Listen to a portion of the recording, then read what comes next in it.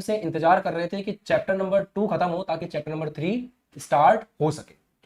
देखो बात ऐसी है ना, कोई भी टॉपिक पढ़ रहे हो तो उस लेवल का पढ़ो कि उसके बाद में एग्जाम में कहीं से कैसा भी क्वेश्चन आ जाए वो आपसे होना चाहिए। हमने चैप्टर नंबर 1 22 लेक्चर में किया, चैप्टर नंबर 2 को भी 22 लेक्चर में किया। उसके पीछे यही रीजन था कि वहां का एक एक कॉन्सेप्ट जो है वो आईआईटी जेई लेवल का आपका क्लियर होना चाहिए, तब तो मजा है, अदरवाइज तो फिर पढ़ने का क्या मजा। थोड़ा बहुत ऑफिस में काम भी चल रहा है और इंस्टाग्राम पे आपको दिखाऊंगा कुछ नए स्टूडियो वगैरह बने हैं। इस रीजन से आज थोड़ा सा हो सकता है कि आपको डिस्टर्बेंस भी रहे, एको का इशू भी हो सकता है, उसको भी सॉल्व हम लोग जल्दी कर देंगे। बाकी क्वालिटी धीरे धीरे इंप्रूव हो रही है, मजा बहुत आने वाला है। आज के इस चैप्टर को लेकर के बस इतना कहूंगा कि विद्युत धारा जान है पूरी फिजिक्स की। अगर आप इस चैप्टर को बहुत अच्छे से बेसिक लेवल से पढ़ोगे तो इंटरेस्ट भी आएगा, एक से एक तगड़े क्वेश्चन आपको इस चैप्टर में देखने को मिलेंगे। और जब ये क्वेश्चन आईआईटी जेईई और नीट लेवल के क्वेश्चंस को टच करेगा तो अपने आप में यकीन आ जाएगा 100 आउट ऑफ 100 लेकर के आने का। हमारा टारगेट 95 96 97 ये सब नहीं है, आपको पता है। हमारा टारगेट है कि हमें 100 में से 100 ट्वेल्थ फिजिक्स में लेकर के आने हैं। इसलिए हर एक टॉपिक हमारे लिए इक्वली इंपॉर्टेंट है। कुछ बच्चों को सवाल रहता है, सर आप तो आईआईटी जेईई नीट का कंटेंट पढ़ा रहे हो, हमारा बोर्ड में क्या होगा, हमको तो केवल बोर्ड का पढ़ना है। बेटा आईआईटी जेईई नीट लेवल का कंटेंट करने से एक चीज तो तय हो जाती है कि बोर्ड में अच्छे से अच्छा क्वेश्चन भी आ जाए, वो भी आपसे सॉल्व हो जाएगा। अगर आईआईटी जेईई नीट की एक ही क्लास को आपने सीएससी ले लिया ना तो उसके बाद बोर्ड में 100 में से 100 आना तय है। और स्कूलिंग करने का फायदा तो तब है ना जब कॉलेज अच्छा मिले।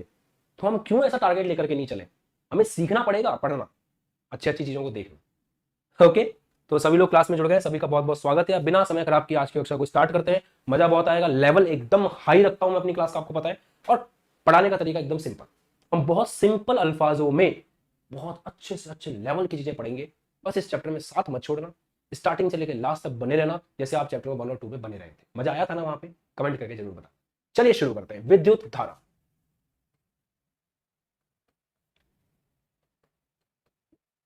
इलेक्ट्रिक करंट बोलते हैं इसका ना। यार देखो बात ऐसी है कि आपने विद्युत धारा के बारे में जब पढ़ना शुरू किया, डायरेक्ट यहां तक नहीं पहुंचे, आपने चैप्टर नंबर 1 में आवेश को पढ़ा था। तो चैप्टर नंबर 1 की शुरुआत होती है आवेश से। आवेश बोले तो चार्ज, ये सारी कहानी इस आवेश की है। अगर आपका आवेश कहीं पर रुका हुआ है, उसका वेग 0 है, इसका वेग 0 है, वेग 0 है, विरामावस्था में है, रुका हुआ है, तो ये केवल और केवल एक ही चीज उत्पन्न करता है जिसका नाम है विद्युत क्षेत्र, इलेक्ट्रिक फील्ड, जिसके बारे में बहुत अच्छे से आप लोगों ने पढ़ा है क्लास 12th में इसी साल चैप्टर नंबर 1 के अंदर, बहुत अच्छे से आपने पढ़ा। और जब आपका आवेश रुका हुआ रहता है तो उसका जो अध्ययन है उसको हम कहते हैं स्थिर वैद्युतिकी, उस ब्रांच को है ना फिजिक्स की, इलेक्ट्रोस्टैटिक्स बोलते हैं उसको। ठीक है भाई साहब, अगर यही आवेश चलना शुरू कर दे, इस आवेश का वेग 0 ना हो और इसका वेग नियत हो जाए, फिक्स वेग हो जाए, जैसे मान लो 5 मीटर पर सेकंड चल रहा है तो 5 मीटर पर सेकंड से ही चलता रहे, 10 मीटर पर सेकंड चल रहा है 10 मीटर पर सेकंड से ही चलता रहे, 20 मीटर प्रति सेकंड चल रहा है 20 मीटर प्रति सेकंड से चलता रहे। तो अगर आपका आवेश नियत वेग से चलना शुरू कर दे तो उससे बनता है विद्युत धारा। मतलब आपका आवेश उस प्रकार चलना शुरू कर दे कि उसका त्वरण 0 हो। त्वरण समझते हो ना सर जी, 11th क्लास में तो हमने घास काटी है। त्वरण का मतलब होता है वेग में परिवर्तन, मैं कह रहा हूं वेग में परिवर्तन 0 हो। इसका मतलब ये थोड़ी है कि वेग 0 हो, वेग नियत हो। जैसे मान लो आपका आवेश क्यू जो है 5 मीटर पर सेकंड से ही चल रहा है, थोड़े टाइम बाद देख रहे हैं तो भी 5 मीटर पर सेकंड चल रहा है, तो वेग में परिवर्तन 0 है और वेग क्या है, नियत है। उससे बनती है आपकी विद्युत धारा, अर्थात इलेक्ट्रिक करंट। बढ़िया, ओके वेरी गुड, यहां तक तो कोई समस्या ही नहीं आपको, मुझे पता है। आगे बढ़ते हैं। अब विद्युत धारा को परिभाषित कैसे किया हुआ है, आवेश के, लिखना चाहते हो क्या उसको? एक लाइन की बात थी, एक लाइन की बात थी, फोटो खींचनी हो खींच लो। और अगर एप्लीकेशन में देख रहे होगे तो पीडीएफ मिल ही जाएगी आपको एज इट इज, बिना किसी दिक्कत के। आगे बढ़े, चलो अब देखते हैं। आवेश के प्रवाह की दर को विद्युत धारा कहते हैं।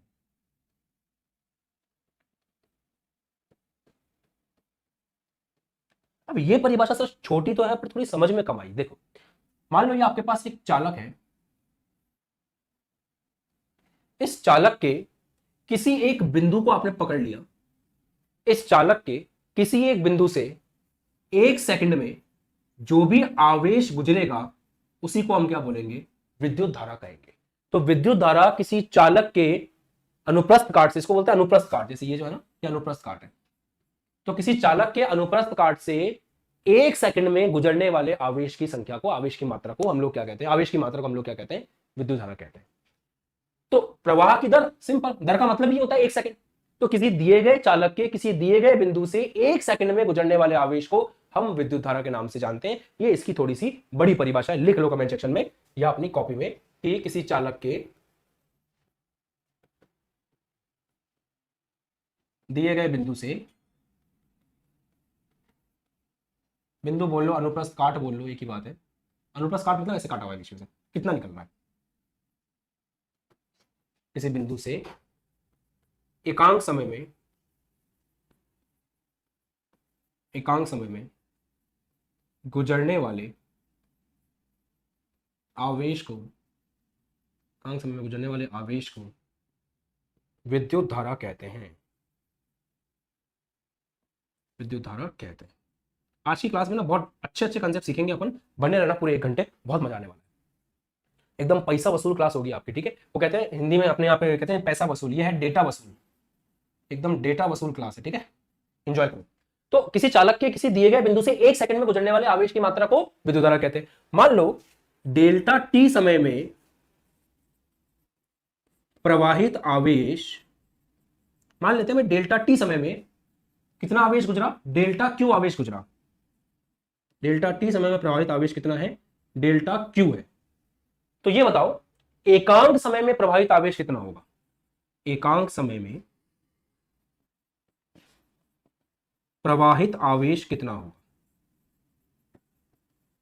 भैया जी डेल्टा टी समय में प्रवाहित आवेश डेल्टा क्यू है, तो एकांक समय में प्रवाहित आवेश कितना होगा, डेल्टा क्यू अपॉन डेल्टा। अरे बचपन से खेलते आ रहे हैं हम कि 5 पेन की कीमत अगर 25 रुपए है तो 1 पेन की कीमत होगी 25/5 बराबर 5 रुपए, राइट। तो अगर डेल्टा टी समय में डेल्टा क्यू आवेश प्रवाहित होता है तो एकांक समय में कितना गुजरेगा, delta Q by delta T, इसी को बोलते हैं हम आई औसत।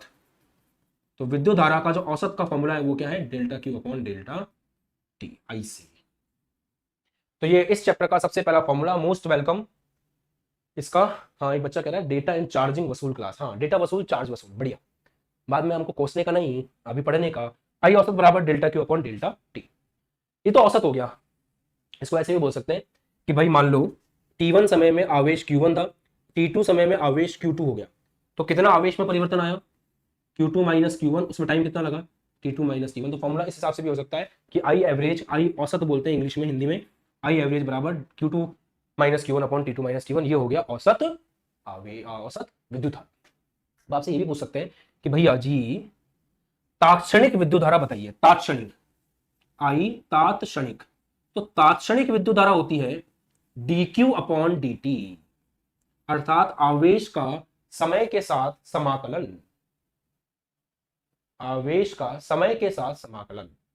अरे सर समझ में तो आ गया कि आई औसत delta Q upon delta T है, आई तात्क्षणिक डेल्टा dq अपॉन dt। अब जरा एक क्वेश्चन करते हैं तो आपको एग्जैक्टली समझ में आएगा कि इसमें न्यूमेरिकल कैसे बनता है, इसमें न्यूमेरिकल कैसे बनता है। ये मोटी बात क्लियर कर लो पहले दिमाग में कि औसत धारा का फॉर्मूला है delta Q upon delta T और तात्क्षणिक धारा का फॉर्मूला है dq अपॉन dt। ये है अवकलन, ये है डिफरेंशिएशन। पुराने पाप कर रखे हैं, 11वीं क्लास में डिफरेंशिएशन नहीं पढ़ रखा है, मैंने उनको पढ़ाया है, आप जाके पढ़ सकते हो, सीख जाओगे, एक दिन लगेगा, 1 या 2 लेक्चर में आपको आ जाएगा। बट यहाँ पे अवकलन करना है, यहाँ पे simple delta Q upon delta T करना है। फटाफट से क्वेश्चन सॉल्व करते हैं, फोटो खींचनी है खींच लो इसकी जल्दी से,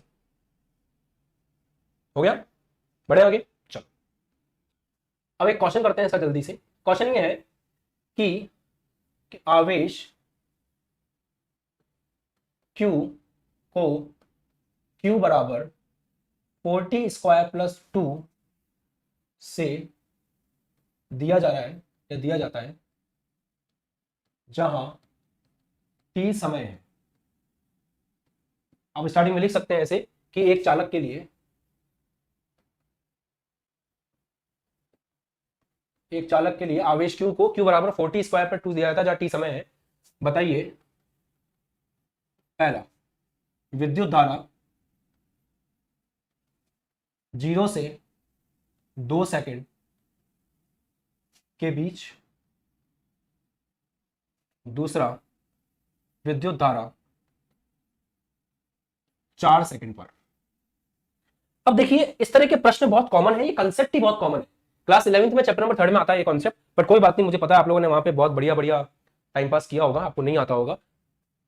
अरे सर, बेइज्जती कर रहे हो, बेइज्जती वाली बात नहीं है इसमें, 11th क्लास में सब मजे ही करते हैं, है ना।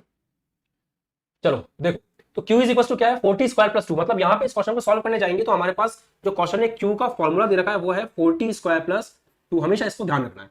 अब कह रहा है विद्युत धारा बताइए 0 से 2 सेकंड के बीच में, मतलब यहां पर हमको समय अंतराल दे रखा है,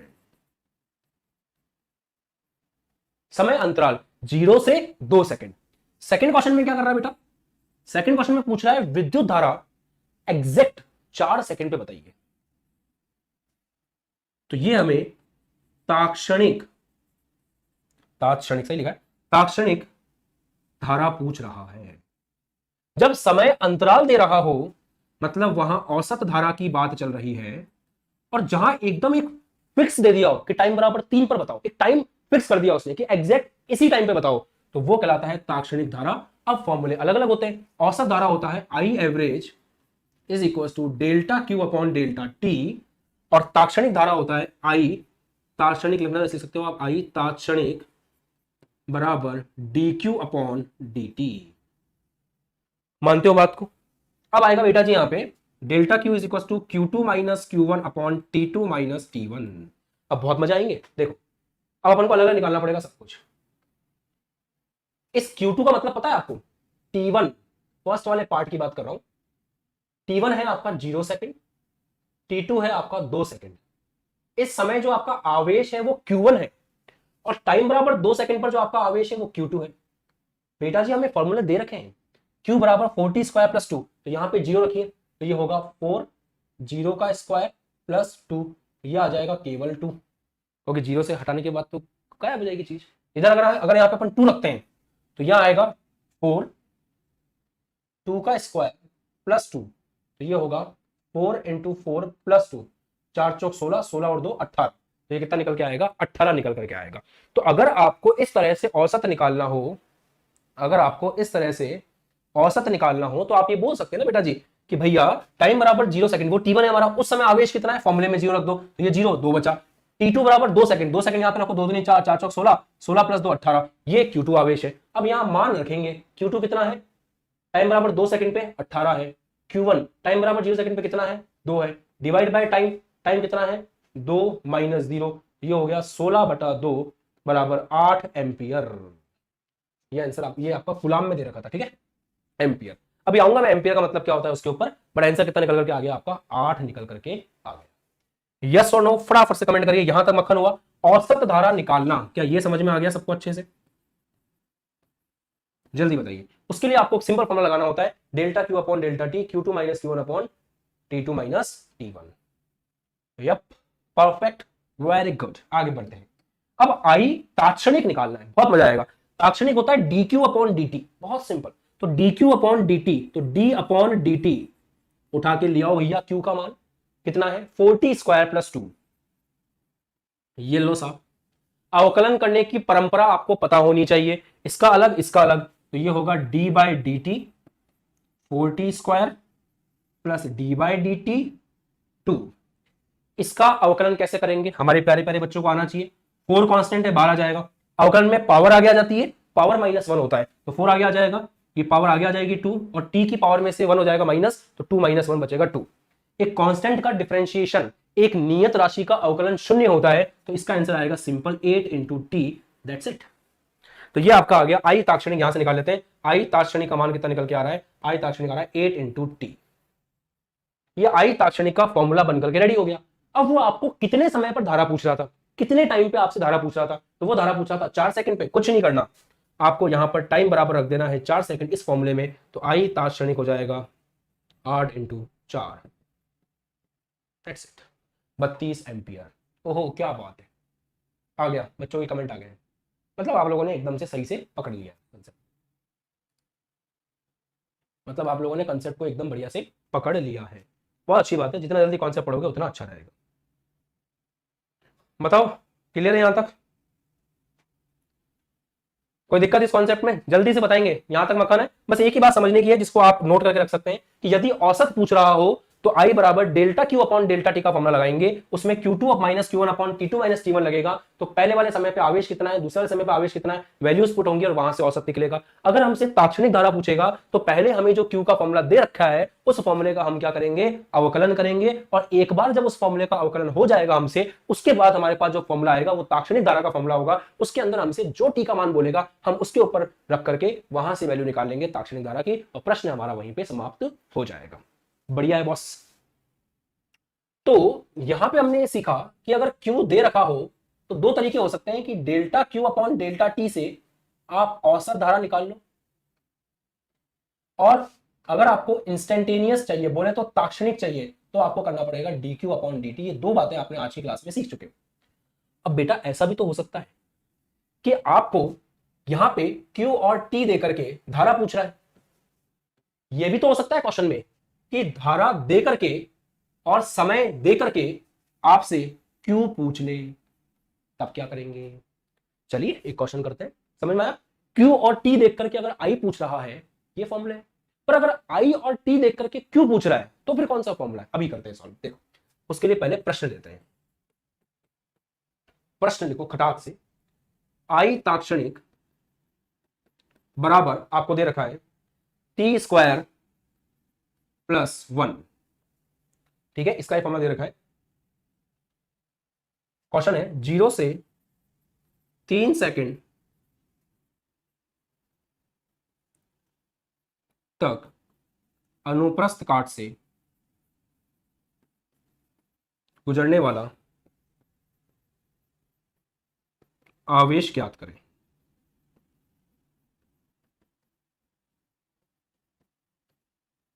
बस अब क्या करें, हमें तो ऐसा कुछ बताया नहीं है, अब क्या करें? इस क्वेश्चन में आप ध्यान से देखें, हल करते हैं इस क्वेश्चन को, मजा बहुत आएगा। इस क्वेश्चन में हमको आई ताक्षणिक दे रखा है। आई ताक्षणिक क्या होता है? क्वेश्चन ने फॉर्मूले में दे रखा है हमको टी स्क्वायर प्लस 1। और बेटा एक बात बता दूं मैं आपको, ये तो अच्छा हुआ इसने लिख दिया यहाँ पे ताक्षणिक। अगर इसने ताक्षणिक नहीं लिख रखा होता तो भी उसका मतलब यही है कि उसने अपन को ताक्षणिक ही दे रखा है। तो कभी कंफ्यूज मत होना कि सर इसने हमको लिख के नहीं दिया। अगर वो समय के पद में, अगर वो समय के पद में धारा लिख करके दे रहा है, इसका मतलब उसने क्वेश्चन में हमको ताक्षणिक धारा ही दी है। इस बात को ध्यान रखें, आपके कमेंट में वहां पे पढ़ता रहता हूं, इससे मेरी नजर बार बार वहां पे जाती रहेगी। और बाल मेरे झाड़ू जैसे हैं, उसको आप इग्नोर करिए। और मेरी शक्ल, मेरी दाढ़ी भी बहुत ज्यादा बढ़ गई है, मुझे भी कहीं की कहीं जा रही है, उन सब बातों को इग्नोर करो, पढ़ाई पे ध्यान दो, कोई मतलब नहीं है। ठीक है, चलो। तो I is equal to T square plus 1 दे रखा है। तो I is equal to, I ताक्षणिक का फॉर्मूला क्या, यहां से उठाओ, D Q upon D T. अच्छे से देखना, हल करना है इसको अपन। आई ताक्षणिक का फॉर्मूला है D Q upon D T. D T इधर ले जाओ, डी क्यू बराबर कितना आ जाएगा, आई डी टी। ये तो कर सकते हैं अपन, दोनों ओर समाकलन करते हैं, दोनों ओर समाकलन करने पर यहां समाकलन करो डी क्यू, यहां समाकलन करो आई डी टी। दोनों तरफ आपने क्या कर दिया, समाकलन कर दिया। अब समाकलन भी आपने अगर पढ़ रखा है तो अच्छी बात, नहीं पढ़ रखा तो सीख लेना, नेट पे डाल रखा है मैंने वीडियो। dx का समाकलन x होता है, dy का समाकलन y होता है, dz का समाकलन z होता है, तो dq का समाकलन q होगा। तो q बराबर आ गया समाकलन i dt। यहां से यहां तक कौन सी लिमिट लगेगी, लिमिट सीमा लगाते हैं अपन, यहां से यहां तक। तो यहां से यहां तक कौन सी लिमिट लगेगी, ये इस बात पे निर्भर करता है कि d के साथ में क्या लिखा हुआ है। यहां पे d के साथ में क्या लिखा हुआ है, समय लिखा हुआ है। तो यहां से यहां तक लिमिट किसकी लगेगी, समय की लगेगी। तो यहां लिमिट चलेगी t1 से लेके t2 तक। छोटी छोटी बातें बच्चों को पता होनी चाहिए कि यहां लिमिट किसकी लगाते हैं, यहां लिमिट लगती है जो टी के साथ लिखा होता है। तो क्यू का अभी अभी गरम गरम फॉर्मूला निकल करके आया है, क्यू बराबर समाकलन आई डी टी टी1 से टी2 तक। अब उस फॉर्मूले को लगाने का प्रयास करते हैं। आई का मान कितना दे रखा है फॉर्मूले में, T square plus 1, D T साथ में है। टी1 से टी2 कितने समय से कितने समय तक आवेश पूछ रहा है वो, 0 से 3 सेकंड तक। तो टी1 हो गया 0 और टी2 हो गया 3। बस इसको आपको सॉल्व करना है और यहां से आपका क्यू निकल करके आ जाएगा। यस और नो, फटाफट से कमेंट करिए। मजा नहीं लाइफ, मजा आ गया इसमें पक्का? बस इसको सॉल्व कर लेते हैं हम। टी स्क्वायर प्लस 1 dt 0 से लेके 3 तक, टी स्क्वायर प्लस 1 dt 0 से लेके 3 तक, बस यहां से आपको क्यों निकालना है, तुरंत प्रभाव से स्टार्ट हो जाओ। तो ये हो जाएगा समाकलन टी स्क्वायर dt का अलग प्लस dt का समाकलन अलग। कर सकते हैं ऐसे अपन, देखो क्या किया, इस dt को अंदर गुणा कर दो, इसका समाकलन अलग, इस dt को यहां गुणा कर दो, इसका समाकलन अलग, दोनों का अलग अलग समाकलन हो जाएगा। टी स्क्वायर dt ये पता है किसकी तरह है, x की पावर n dx का समाकलन होता है x की पावर n+1 अपॉन n+1। तो यहां पे लिखा हुआ है टी स्क्वायर, तो ये हो गया t की पावर 2+1 अपॉन 2+1, लिमिट कहां से कहां तक, 0 से लेके 3 तक, प्लस dt का समाकलन हो जाएगा t, लिमिट कहां से कहां तक, 0 से लेके 3 तक। तो ये 3 यहां पे रखो, तो 3 की पावर 3 अपॉन 3, पता है Munna, upper limit minus lower limit, तो माइनस t की जगह 0 रखेंगे अपॉन 3 प्लस 3 माइनस 0, टी की जगह upper limit minus lower limit, पुरानी मैथमेटिक्स है, ये तो हट गया, ये बचा, अब इससे ये कटेगा तो 3 का स्क्वायर बचेगा प्लस 1 3 यहां से आ रहा है, 3 3 कितना होता है 9, 9 प्लस 3 कितना हो गया 12, तो धारा कितनी आ गई, आवेश कितना आ गया, गंदी बात एम्पियर है ना, एम्पियर नहीं होगा, आवेश का हो जाएगा कूलम। ओहो क्या बात है, आप लोगों को भी हो गया ना, कमेंट आ गया आप लोगों के, कर लिया मतलब, बढ़िया है जी, बढ़िया है, अच्छी बात है। चलो आगे बात करते हैं,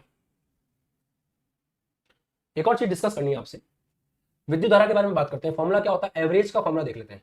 एवरेज का फॉर्मूला हो गया delta Q upon delta T.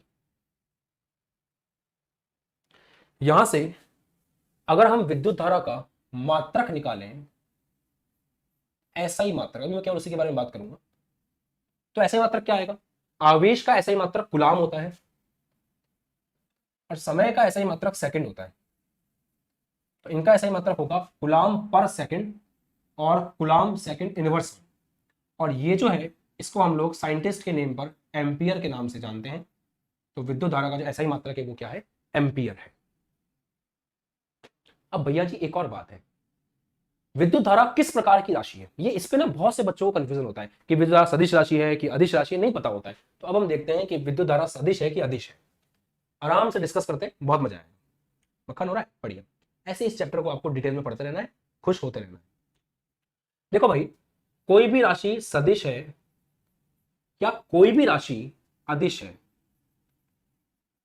ये किस बात पे निर्भर करता है, सबसे पहले उस पर ध्यान देते हैं। कोई भी राशि सदिश है, उसकी 3 कंडीशन है, ये तीनों बहुत इंपॉर्टेंट कंडीशन है। पहली कंडीशन, उस राशि के पास परिमाण होना चाहिए, वैल्यू होनी चाहिए, जिसको इंग्लिश में मैग्नीट्यूड भी कहते हैं, राइट। अगर कोई राशि सदिश होना चाहती है तो उसके पास दिशा होनी चाहिए, डायरेक्शन होनी चाहिए। लोगों को लगता है कि केवल ये 2 ही पॉइंट है, तीसरा पॉइंट और होता है। जो भी राशि सदिश होना चाहती है उसको सदिश योग के नियम की पालना करनी चाहिए।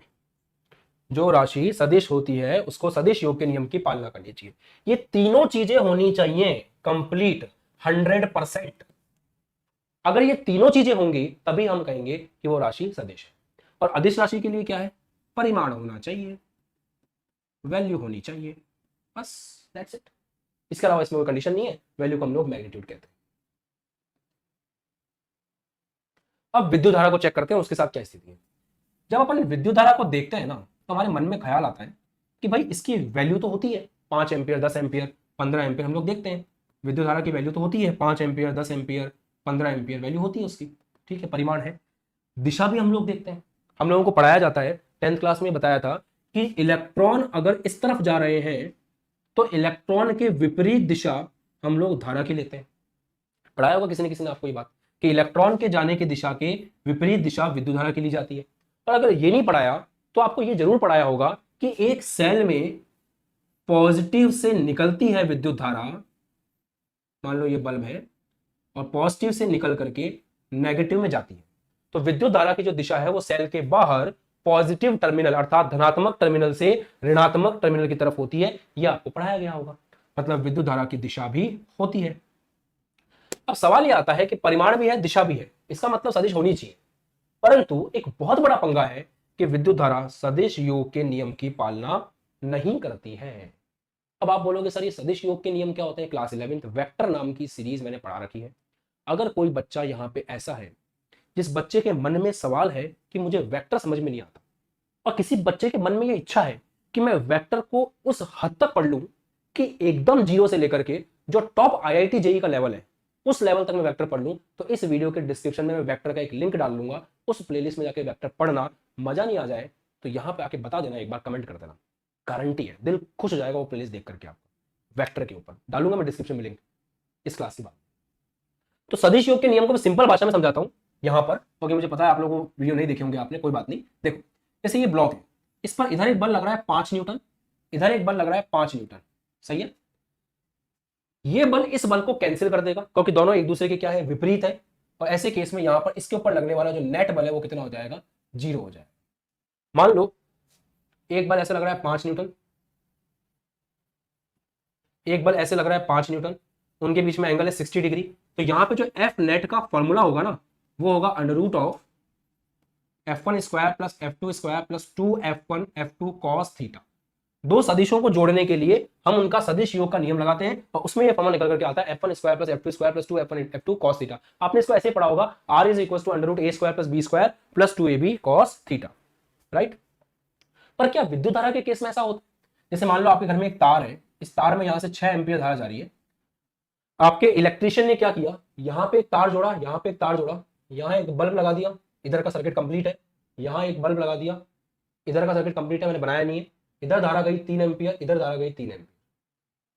अब खुद मुझे दिमाग लगा के बताओ, इधर धारा जा रही है 3 एम्पीयर, इधर धारा जा रही है 3 एम्पीयर, क्या ये दोनों एक दूसरे को कैंसिल करेगी? Common sense. एक तार जा रहा है, इस तार को मैंने दो हिस्सों में बांट दिया, इधर भी धारा जा रही है 3 एम्पीयर, इधर भी धारा जा रही है 3 एम्पीयर, क्या ये एक दूसरे को कैंसिल करेगी? ना जी, ये वाला बल्ब भी जलेगा, ये वाला बल्ब भी चलेगा। मतलब ये 3 एम्पीयर और 3 एम्पीयर एक दूसरे को कैंसिल नहीं कर रही है। सदिश नियमों का उल्लंघन है। सदिश योग के नियम में अगर इसकी जगह बल होता तो कैंसिल कर देता। दिमाग लगाओ, जैसे मान लो इधर से धारा आ रही है 3 एम्पीयर, इधर से धारा आ रही है 2 एम्पीयर, और आगे से ये एक ही तार में से जा रही है और इनके बीच का एंगल 60 डिग्री है। तो इधर जो धारा जा रही है उस धारा के लिए आपका ये वाला फॉर्मूला काम करेगा कि I1 का स्क्वायर प्लस I2 का square plus 2I1 I2 cos 60 degree, value put करेंगे आंसर आएगा? नहीं ना, सिंपल है ना। तो ये 3 है, ये 2 है, धारा कितनी मिलेगी हमको? 6 एम्पीयर मिलेगी। अब मैं झूठ तो बोल नहीं रहा, सर्किट के अंदर चेक कर लो, 2 तार यूं जाते हैं, उन 2 तार से आगे आपने एक और तार जोड़ दिया तो इन 2 तार में जो भी धारा है सिंपल उसका बीज गणितीय योग होकर के आगे चली जाती है। मतलब धारा को जोड़ने में कभी भी सदिश योग के नियम का कंसेप्ट नहीं लग रहा है। इसका मतलब हमारी जो धारा है वो सदिश योग के नियम का पालन नहीं करती है। और अगर हमारी धारा सदिश योग के नियम का पालन नहीं कर रही है, अरे यार 6 एम्पीयर लिख दिया, क्या है सर, हमको तो मौका मिल गया मजे लेने का, हमको तो मौका मिल गया। हम तो यही चीज देखते हैं कि आप गलती करो और आपको पकड़े। जल्दी जल्दी में मेरे मुंह से निकल गई है ना। 6 एम्पीयर यहाँ था, 6 यहाँ ध्यान रह गया, 3 और 2 5 एम्पीयर। तो धारा कभी भी जुड़ती है। हाँ समझ गया, समझ गया, समझ गया गुरुदेव, समझ गया, आप सभी महान विद्यार्थी समझ गए। तो 3 और 2 क्या हो गया भैया? 5 हो गया। बीज गणितीय हो गया ना, जुड़ गया ना, सिंपल सा 3 और 2 5। इसमें ऐसा तो वो नहीं इसका स्क्वायर प्लस कॉस थीटा, ऐसा कुछ भी नहीं है। इसका मतलब हाँ देखो, मान लो एक धारा इस तरह से आ रही है 2 एम्पीयर, ये धारा इस तरह से आ रही है 3 एम्पीयर, आगे कितनी जाएगी? वही 5 एम्पीयर। एंगल 90 डिग्री हो तो भी कोई फर्क नहीं पड़ता। यहां पे अगर आपने 2 बल लगाए, एक 5 न्यूटन ऐसे लगाया और दूसरा 5 न्यूटन आपने ऐसे लगाया 90 डिग्री पर, आंसर अलग आएगा। अगर आपने 5 न्यूटन ऐसे लगाया 60 डिग्री पर, आंसर अलग आएगा। तो यहां पे और यहां पे फर्क है। ये सदिश योग के नियमों की पालना नहीं हो रही है, यहां पे सिंपल बीज गणितीय योग हो रहा है 3 2 5 3 3 6। यहां सिंपल बीज गणितीय योग हो रहा है 3 2 5। तो विद्युत धारा सदिश योग के नियमों की पालना नहीं कर रही है। इसके पास परिमाण है, इसके पास दिशा है, परंतु सदिश योग के नियम की पालना नहीं करती है। और अगर विद्युत धारा सदिश योग के नियमों की पालना नहीं करती है तो आई एम सॉरी, हम विद्युत धारा को नहीं बोल सकते कि वो एक सदिश राशि है। हम विद्युत धारा को कहेंगे कि वो एक अदिश राशि है। विद्युत धारा स्केलर क्वांटिटी है। यस और नो? गलती करते नहीं है, गलती हो जाती है। एक बच्चा बोला सर हम जगे हुए हैं, बहुत अच्छी बात है, बहुत अच्छी बात है, यू आर एक्टिव, ये बहुत अच्छी बात है। चलो बेटा बताओ जल्दी से, अलर्ट रहना भी तो।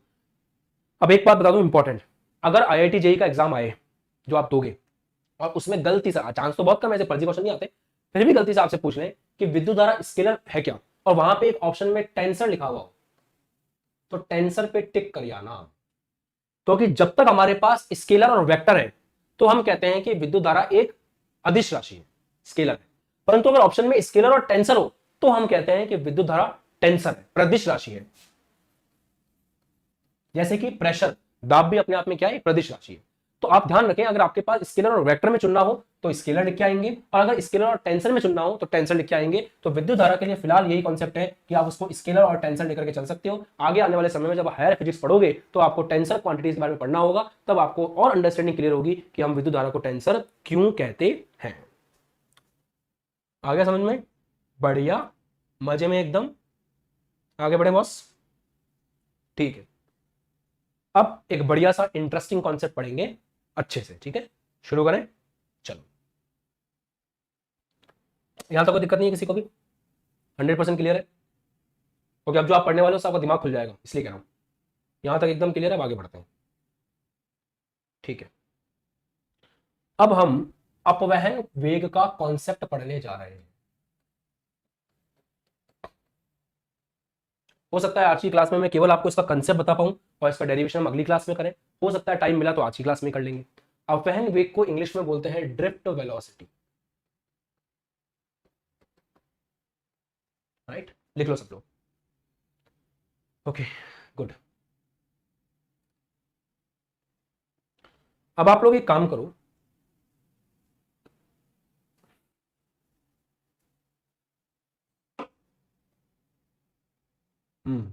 ठीक है, थोड़ा सा नेटवर्क इशू हो गया। तो आप लोग एक काम करो, मोबाइल आपके सामने होगा, कॉपी पेन लेकर के बैठे होगे, कॉपी और पेन बंद कर दो। ठीक है, और आराम से ऐसे बैठ जाओ और केवल मेरी बात सुनो। थोड़ी देर के लिए कमेंट भी बंद कर दो, जब मैं बोलूं तब करना, केवल पूरे फोकस के साथ में मेरी बात सुनो। ओके, अब मैं आपको एक अच्छी चीज सिखाने जा रहा हूं। जैसे मान लो आपके पास एक चालक है,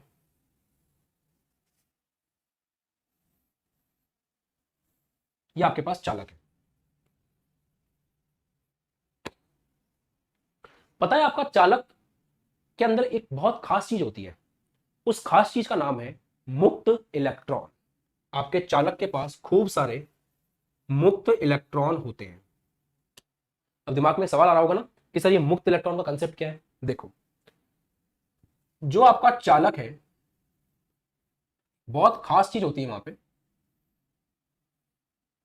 जैसे मान लो Fe लोहा, लोहा एक चालक ही तो है।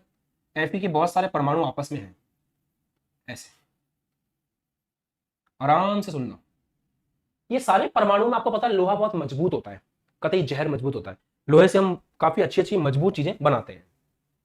तो ये जो लोहा है, आपने कभी सोचा लोहे के अंदर बंध किस प्रकार का पाया जाता है? केमिस्ट्री में सॉलिड स्टेट में मैंने धात्विक बंध के बारे में आपको बताया था कि इन सबके बीच में धात्विक बंध पाया जाता है। अब एक Fe को दूसरे Fe के साथ रहने में कोई इंटरेस्ट नहीं है, इस Fe को इस Fe के साथ रहने में कोई इंटरेस्ट नहीं है, इस Fe को इस Fe के साथ रहने में कोई इंटरेस्ट नहीं है, इन सबको आपस में कोई इंटरेस्ट ही नहीं है, फिर भी ये आपस में बहुत मजबूती से बंधे होते हैं। तो ऐसा क्या होता है इनके अंदर? सुनिए, ये सब क्या करते हैं, अपने बाह्यतम कोश से जो इलेक्ट्रॉन है उनको बाहर निकाल देते हैं।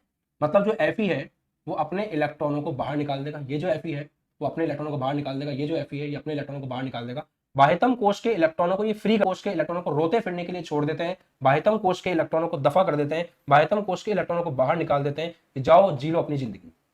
जैसे ही बाह्यतम कोश के इलेक्ट्रॉनों को बाहर निकालते हैं, इनके ऊपर आवेश आ जाता है प्लस। हर Fe ने 2 इलेक्ट्रॉन निकाले तो उनके ऊपर आगे 2+2+2+। अब आपको पता है कि प्लस में और माइनस में क्या होता है? बहुत भयंकर प्यार, आकर्षण। तो अब ये जो Fe2+ है, इसके आसपास इलेक्ट्रॉन ही इलेक्ट्रॉन है, बहुत सारे इलेक्ट्रॉन है। उन बहुत सारे इलेक्ट्रॉनों के प्यार में ये Fe2+ वहां पड़ा रहता है। ये जो दूसरा Fe2+ है, इसके पास भी बहुत सारे इलेक्ट्रॉन है, उन बहुत सारे इलेक्ट्रॉनों के प्यार में ये भी यहां पड़ा रहता है। तो एक Fe2+ दूसरे Fe2+ के पास में रहता है, क्योंकि बीच में खूब सारे इलेक्ट्रॉन इससे भी प्यार कर रहे हैं, इससे भी प्यार कर रहे हैं। तो हम ये कह सकते हैं यहाँ पे कि यहाँ की स्थिति है इलेक्ट्रॉनों के समुद्र में। एक तरह से खूब सारे इलेक्ट्रॉन है, इलेक्ट्रॉनों के समुद्र में पॉजिटिव आ गया है, धनायन आ गया है। ठीक है,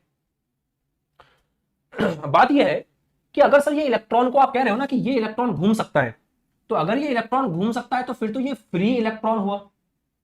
आप बोल रहे हो इलेक्ट्रॉन घूम सकता है, अगर ये इलेक्ट्रॉन घूम सकता है तो ये तो मुक्त इलेक्ट्रॉन हुआ। तो ये इलेक्ट्रॉन घूम सकता है, आप कह रहे हो ना घूम सकता है, मतलब यहां यहां यहां यहां वहां कहीं भी जा सकता है। सर एक बात बताओ, ये इलेक्ट्रॉन धातु को छोड़ करके बाहर क्यों नहीं चला जाता? आप ही ने तो कहा कि ये फ्री है, Fe2+ ने इसको फ्री कर दिया, ये इलेक्ट्रॉन यहां यहां यहां कहीं भी रोता फिर सकता है। सही है बात? तो ये रोता फिरता हुआ ये जो इलेक्ट्रॉन है, ये इलेक्ट्रॉन एकदम खटाक से चुपचाप से बाहर क्यों नहीं निकल जाता? बहुत जबरदस्त क्वेश्चन है। सुनो, अभी यहां पर आपको पता है अगर ये 2+ है तो 2 इलेक्ट्रॉन है, ये 2+ है 2 इलेक्ट्रॉन है, ये 2+ है 2 इलेक्ट्रॉन है, मतलब यहां पर फॉर एग्जांपल 1 2 3 4 5 6 7 8 9, अगर 9 Fe2+ है मतलब 18 पॉजिटिव चार्ज है तो 18 ही इलेक्ट्रॉन है। मतलब अगर प्लस का 18 है तो माइनस का 18 है, और नेट आवेश कितना है? 0 है, क्योंकि आवेशों का बीज गणितीय योग होता है। तो इन्होंने इलेक्ट्रॉनों को फ्री कर दिया, उसके बाद भी जितना यहां पे नेगेटिव है उतना ही पॉजिटिव है। पूरी स्लैब के ऊपर, पूरे Fe के धातु के टुकड़े के ऊपर नेट आवेश कितना है? 0 है, क्योंकि अगर 18 प्लस है तो 18 माइनस है। यहां तक बात समझ में आ गई? अब अगर एक इलेक्ट्रॉन गुस्ताखी करे, बाहर भागने की कोशिश करे, तो अगर ये इलेक्ट्रॉन गुस्ताखी करके बिल्कुल बाहर आने की कोशिश करेगा, तो जैसे ये इलेक्ट्रॉन यहां से बाहर आया वैसे ही ये वाली कैलकुलेशन डिस्टर्ब हो जाएगी। 18 प्रोटॉन तो है, एक इलेक्ट्रॉन टपरी मारता मारता बाहर चला गया, उसके बाहर जाते ही अब इलेक्ट्रॉन कितना आ गया? प्लस का 1। तो इस पूरे धातु के टुकड़े पे नेट आवेश कितना आ गया? प्लस का 1। तो जैसे ये इलेक्ट्रॉन यहां से कल्टी मारेगा, इसके कल्टी मारते ही आपके धातु के टुकड़े के ऊपर प्लस आ जाएगा। धातु का टुकड़ा बोलेगा साले तेरे को अंदर होते फिरने के लिए कहा था, तू बाहर चला गया।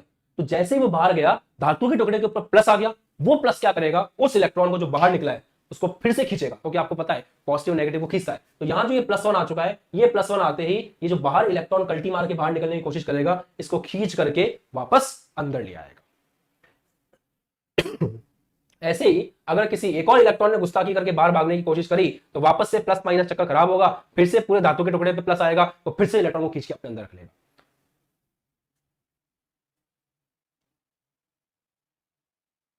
बताओ।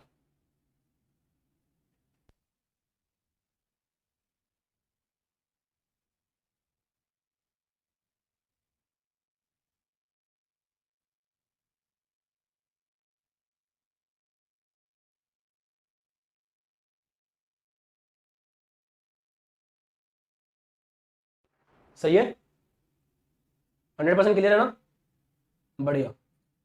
तो पॉइंट समझ में आया आपको कि भाई धातु के अंदर जो इलेक्ट्रॉन है, जो मुक्त इलेक्ट्रॉन है, वो मुक्त इलेक्ट्रॉनों के पास इतनी परमिशन है कि तुम धातु के अंदर होते फिर लो, कोई दिक्कत नहीं है। तुमको इधर इस वाले इलेक्ट्रॉन को यहां से घूम करके यहां जाना जा सकता है, यहां जाना जा सकता है। इस पूरी बाउंड्री के अंदर, धातु की बाउंड्री है, धातु का टुकड़ा है, उस धातु के टुकड़े में जितना घूमने का है घूम, उस धातु के टुकड़े में जितना घूमने का है घूम, कोई दिक्कत नहीं। पर धातु के टुकड़े से बाहर निकला तो धातु पे प्लस आ जाएगा, जो तेरे को खींच के वापस अंदर ले आएगा, फिर तेरी जिंदगी खराब है। इसलिए ये इलेक्ट्रॉन जो है बाहर नहीं निकल सकता। इसे आप लोगों को आपके घर वालों ने परमिशन दे रखी होगी ना कि भाई शाम के टाइम तुम घूमने जा सकते हो, दोस्त से मिलके आ सकते हो, और कुछ भी करना है, घूमना फिरना, थोड़ी बहुत परमिशन है आपके पास। स्कूटी लेके यहाँ से एक रेंज है आपकी कि वो यहाँ तक जा सकते हो, कोई दिक्कत नहीं, घर वालों ने आपको इतनी छूट दे रखी है। पर अगर आपने अपनी वो छूट, अपनी वो लिमिट क्रॉस करने की कोशिश करी और घर वालों को पता चल गया, तो आपका खेल खत्म। आप समझ रहे हो मैं किस तरफ इशारा कर रहा हूँ, है ना? तो अगर आप अपनी लिमिट थोड़ी सी भी क्रॉस करते हो, और आपके दोस्तों के जो दोस्त आप बना रहे हो ना, नए पुराने, तो नए पुराने दोस्तों को पता चल गया ना घर वालों को, तो बहुत झूठ पड़ेंगे, ध्यान रखना। तो वो यही वाली स्थिति है। तो तुम फ्री हो, बट इतने फ्री नहीं हो कि गठबंधन करते फिरो, इसलिए संभल के रहना, पहले ही बता रहा हूं। बढ़िया, चलो तो अब आगे बढ़ते हैं। तो इसका मतलब ये समझ में आ गया कि चालक के पास खूब सारे भर भर के मुक्त इलेक्ट्रॉन पड़े होते हैं, दबा के पड़े होते हैं। एक चालक के पास खूब सारे मुक्त इलेक्ट्रॉन भर भर के पड़े होते हैं, और बहुत ऐसा नहीं है कि बहुत छोटे मोटे होते हैं। एक एक धातु के पास खूब सारे इलेक्ट्रॉन होते हैं, खूब सारे, मतलब खूब सारे, एक्चुअल में खूब सारे।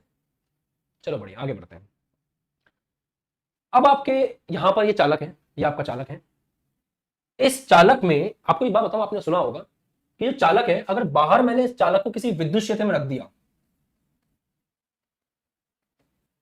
इस चालक को मैंने किसी बाह्य विद्युत क्षेत्र में रख दिया, तो चालक के अंदर विद्युत क्षेत्र का मान 0 होता है। ये आपने पढ़ रखा है क्या? कि चालक के अंदर नेट विद्युत क्षेत्र 0 होता है। अब आज हम समझेंगे कि इसका कारण क्या है, कि नेट विद्युत क्षेत्र 0 क्यों होता है, राइट। सुनो ध्यान से, इसकी वास्तविक स्थिति समझने की कोशिश करो, ऐसा क्यों होता है। एक चालक के अंदर खूब सारे चलो बढ़िया है। एक चालक के अंदर खूब सारे मुक्त इलेक्ट्रॉन होते हैं, दबा के खूब सारे होते हैं, इनकी कोई कमी नहीं है। आपने बाहर से विद्युत क्षेत्र लगाया,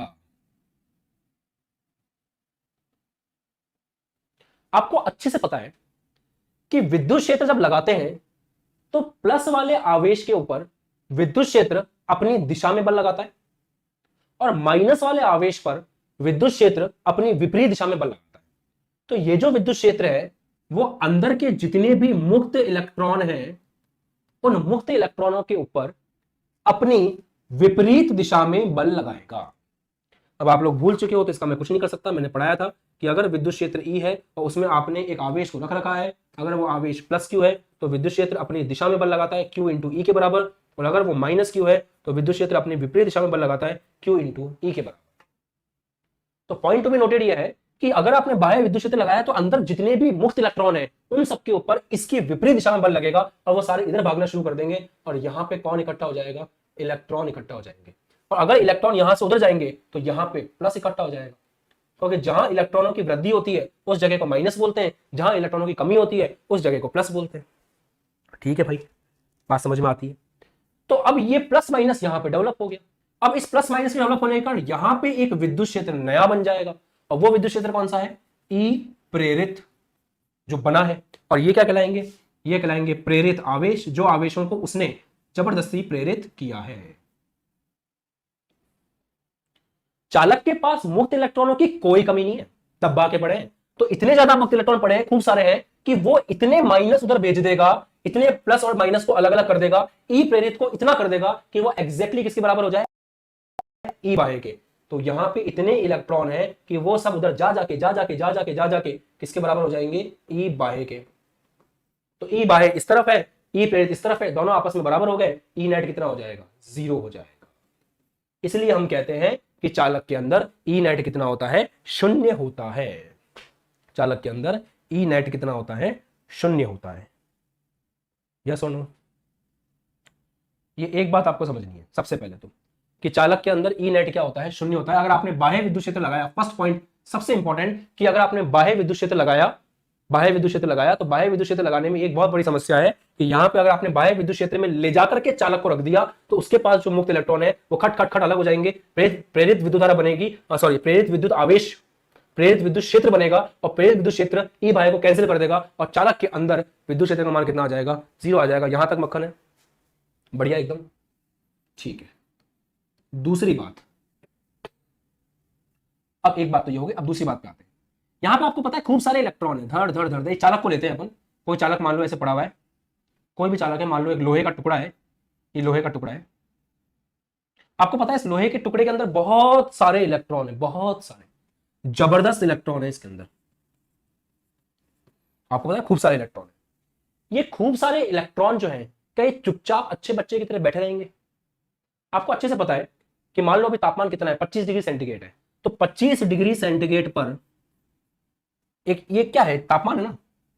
तापमान का मतलब क्या होता है, ऊर्जा होता है, ऊष्मीय ऊर्जा कह सकते हो आप इसको। तो जो आसपास का तापमान है 25 डिग्री सेंटीग्रेड, 30 डिग्री सेंटीग्रेड, जितना भी है उस सब में ऊष्मा है। वो ऊष्मीय ऊर्जा किसको मिल रही है, चालक को मिल रही है। वो ऊष्मीय ऊर्जा जो चालक को मिल रही है वो किसके पास जा रही है, इलेक्ट्रॉन के पास जा रही है। तो इलेक्ट्रॉन को जब ऊर्जा मिलेगी तो इलेक्ट्रॉन खट खट खट खट खट खट भागना शुरू कर देगा और इलेक्ट्रॉन जिस ऊर्जा से भागता है उसको कहते हैं ऊष्मीय चाल, थर्मल स्पीड कहते हैं इसको। और आपको पता है इलेक्ट्रॉन की थर्मल स्पीड कितनी होती है, 10 की घात 5 मीटर पर सेकंड। हल्के में ले रहे हो ना इसको तुम, अभी सुनो, 10 की घात 5 मीटर पर सेकंड का मतलब हो गया 1 2 3 4 5 मीटर प्रति सेकंड। इकाई, दाई, सैकड़ा, हजार, 10,000, लाख, 1 लाख मीटर पर सेकंड की स्पीड से भागता है तुम्हारा इलेक्ट्रॉन। तापमान कितना, रूम टेम्परेचर के बराबर। और अगर इसको किलोमीटर में लिखना हो तो 100 किलोमीटर प्रति सेकंड। कितनी गंदी स्पीड है यार, इमेजिन तो करके देखो, 100 किलोमीटर प्रति सेकंड। तुम आंख बंद करके वापस खोलोगे, इलेक्ट्रॉन 100 किलोमीटर भाग चुका हो। इतनी जबरदस्त स्पीड से ये जो इलेक्ट्रॉन है वो अंदर भागते रहते हैं। यस और नो? 100 किलोमीटर प्रति घंटे की स्पीड से आपके इलेक्ट्रॉन अंदर भागते रहते हैं। तो आपको लग रहा होगा इलेक्ट्रॉन चुपचाप अच्छे बच्चे की तरह बैठा हुआ है, ऐसा कहीं नहीं है। ये आपका चालक है, इस चालक के अंदर आपके इलेक्ट्रॉन है, इन इलेक्ट्रॉनों के पास में थर्मल स्पीड है, और वो थर्मल स्पीड कोई छोटी मोटी स्पीड नहीं है, 10 की घात 5 मीटर पर सेकंड की स्पीड है। इस स्पीड से वो जो आपके भाई साहब है, वो जो आपका अंदर की स्थिति है, वो स्थिति ऐसी है कि आपके जितने भी इलेक्ट्रॉन आप देख पा रहे हो वो सारे इलेक्ट्रॉन आपके यादृच्छिक गति कर रहे हैं, अंट शंट गति कर रहे हैं सिंपल भाषा में बोले तो, और यहां पे इनकी यादृच्छिक गति हो रही है। राइट? अगर एक इलेक्ट्रॉन की गति, मान लो एक इलेक्ट्रॉन u1 वेग से चल रहा है, मान लो एक इलेक्ट्रॉन है जो u1 वेग से इस तरफ जा रहा है, एक इलेक्ट्रॉन है जो u2 वेग चल रहा है, एक इलेक्ट्रॉन है जो u3 वेग से चल रहा है, एक इलेक्ट्रॉन है जो u4 वेग से चल रहा है, ऐसे मान लो आपके पास कितने इलेक्ट्रॉन है, n इलेक्ट्रॉन है। तो ये जितने भी इलेक्ट्रॉनों का वेग है, अगर आप इनका औसत करोगे तो वो कितना निकल करके आएगा? 0 निकल करके आएगा। अगर आप इन सभी का औसत करते हैं, वेग का औसत करना है आपका, औसत वेग कितना होगा? 0 होगा। अब मैं आपको एक तगड़ी बात बताऊं, तगड़ी बात सुनो ध्यान से। एक इलेक्ट्रॉन का वेग मान लो इस तरफ है u1, तो पक्का पक्का पक्का एक और इलेक्ट्रॉन होगा जिसका वेग इसके विपरीत होगा u2। एक इलेक्ट्रॉन का वेग अगर इस तरफ है u3, तो पक्का एक इलेक्ट्रॉन होगा जिसका वेग इसके विपरीत होगा u4। ऐसे जो नेट वेग है, जो औसत वेग है, वो कितना आ जाएगा? 0 आ जाएगा। आप सोच के देखो ना यार, ये बात बताओ। जैसे मान लो आपके घर में एक छोटा सा कमरा है, आपको पता है इलेक्ट्रॉन कितने हैं? मेरे पास एग्जैक्ट डेटा नहीं है, मेरा डेटा दिमाग से निकल गया है, मेरे पास एग्जैक्ट डेटा है नहीं, फिर भी मैं आपको एक हिंट देता हूं। शायद इलेक्ट्रॉन जो है वो 10 की घात 29 होते हैं पर मीटर क्यूब में। 1 मीटर क्यूब का बॉक्स लेकर के आओ, उसके अंदर इतने मुक्त इलेक्ट्रॉन होते हैं। शायद ये डेटा गलत हो सकता है, मुझे याद नहीं है, पर 10 की पावर 20 के आसपास ही है। तो आप देखो इतने सारे इलेक्ट्रॉन जो है वो एक 1/1 के डब्बे में। 1 मीटर कितना सा होता है बेटा, आपको पता है? 1 मीटर ये रहा, तो इसका एक बॉक्स बना लो आप, उस बॉक्स को बोलेंगे हम 1 मीटर क्यूब, उसमें इतने सारे इलेक्ट्रॉन है। तो वो सारे इलेक्ट्रॉन भी सोच लो, 10 की घात 20 चूहे ला करके आपने 1/1 के बॉक्स में डाल दिए और उन चूहों को बोला कि भागो। अगर 1/1 के बॉक्स में वो सारे चूहे भागना शुरू कर दें, तो समझना एक चूहा अगर उधर जा रहा है तो पक्की बात है एक और चूहा होगा जो उसके विपरीत जा रहा होगा, और उन सबका जो औसत वेग है वो कितना हो जाएगा? 0। और चूहे की जो वेग है, चूहे की जो गति, वो अनशंट होगी, जिसको हम बोलते हैं यादृच्छिक गति, और जिसको हम इंग्लिश में बोलते हैं रैंडम मोशन। और आप सभी चूहों को तो छोड़ दो, आप किसी एक चूहे को पकड़ लो, तो एक जो चूहा है जब वो ऐसे अनशंट चल रहा होगा, तो पक्की बात है अगर वो 1 सेकंड पहले यहां गया होगा, तो पक्की बात है कि वो अनशंट गति करता हुआ अगर इधर गया है, तो पक्की बात है कि वो विपरीत भी गया होगा। हमें जरूरत नहीं है इस इलेक्ट्रॉन इस इलेक्ट्रॉन इस इलेक्ट्रॉन इस इलेक्ट्रॉन की जोड़ करके 0 करने की। हम अगर अकेले इस इलेक्ट्रॉन की भी बात करें, अगर बहुत जबरदस्त कॉन्सेप्ट बेटा, अगर अपन इस अकेले इलेक्ट्रॉन की बात करें तो ये भी इतनी अनशंट गति कर रहा है कि अगर इसकी पहले वाले वेग और जस्ट बाद वाले वेग को जोड़ करके औसत निकालें, तो एक इलेक्ट्रॉन के लिए भी वो औसत कितना आएगा? 0 आएगा। तो सभी इलेक्ट्रॉनों का औसत निकालोगे तो भी 0 आएगा, और अगर एक इलेक्ट्रॉन के खुद के वेग का औसत निकालोगे तो वो भी 0 ही आएगा।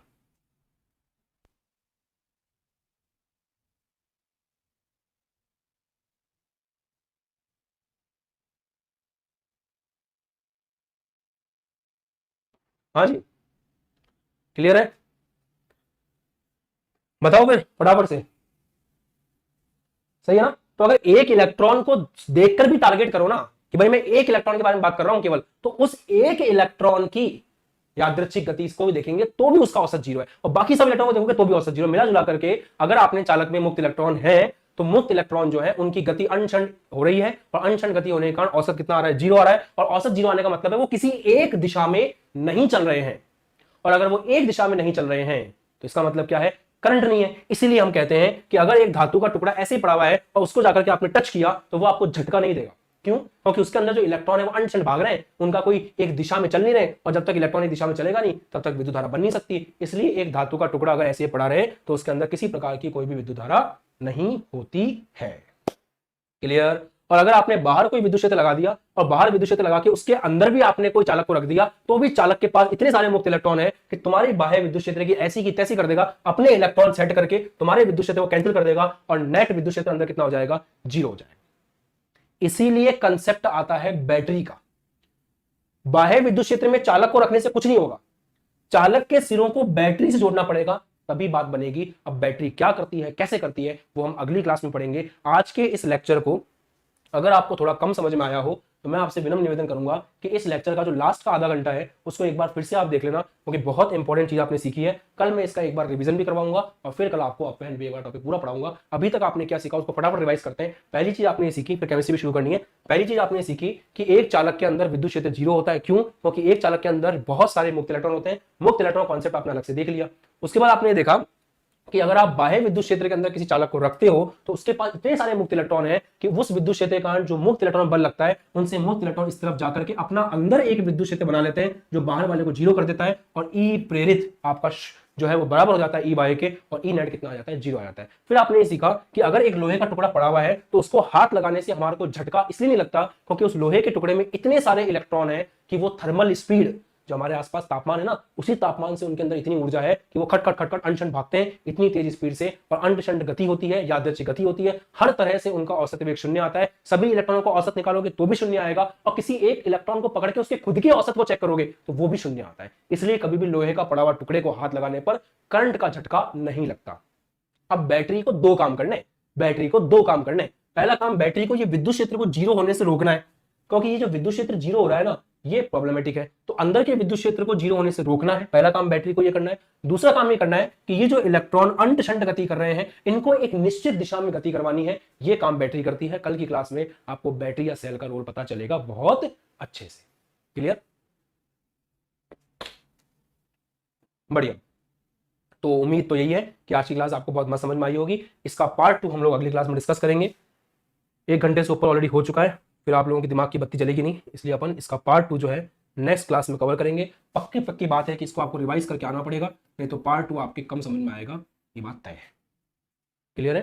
चलो, तो मिलेंगे अगली क्लास में। बाकी बहुत छोटी छोटी बातें करी विद्युत क्षेत्र के बारे में, और उम्मीद करता हूँ कि आपको पसंद आया होगा। इस चैप्टर की प्लेलिस्ट है ही, वेक्टर वाली प्लेलिस्ट भी ऐड कर लूंगा। वेक्टर वाली प्लेलिस्ट भी देख के रख लो, बहुत काम की चीज है। और टारगेट आपका 100 में से 100 है, तो पढ़ाई करना शुरू कर दो। ये चैप्टर बहुत इंटरेस्टिंग है, कंसेप्ट बहुत धमाकेदार है। पीछे हट जाओगे तो फिर वहां जाके पढ़ोगे जहां केवल डेरिवेशन करा के छोड़ देंगे। समझ लो बात को?